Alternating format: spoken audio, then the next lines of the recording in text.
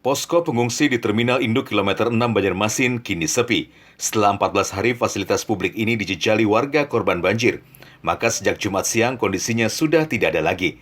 Mayoritas warga kini sudah kembali ke rumah masing-masing seiring kondisi air yang terus mengering.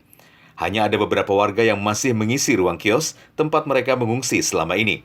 Salah satunya Umi Kalsum yang tengah bersiap-siap untuk kembali ke rumah untuk bersih-bersih. Kada, aku dijemput hari ini berangkat. Kalau besok sudah berangkat. Soalnya mobilnya kada kawa keluar. Masih terus banyunya di gang kayu tangi manis. Sana Nana. Rumah keluarga mau ngantar aku di Martapura. Sempat berapa lama tinggal di sini, Bu? 15 hari deh sudah. Coba, ini tadi kalau sudah kemarin sudah dijemput ya pulang aku ini deh. Ini siap sudah, tinggal ngangkat Cak. Posko pengungsi di terminal ini sebelumnya menampung sebanyak 600 jiwa dari warga permukiman sekitar terminal.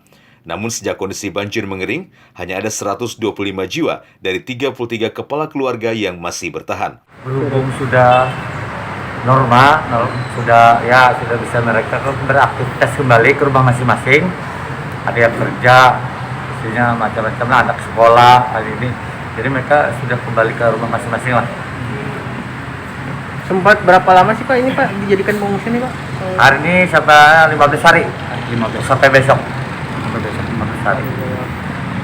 Berarti terbanyak kemarin sampai berapa Pak?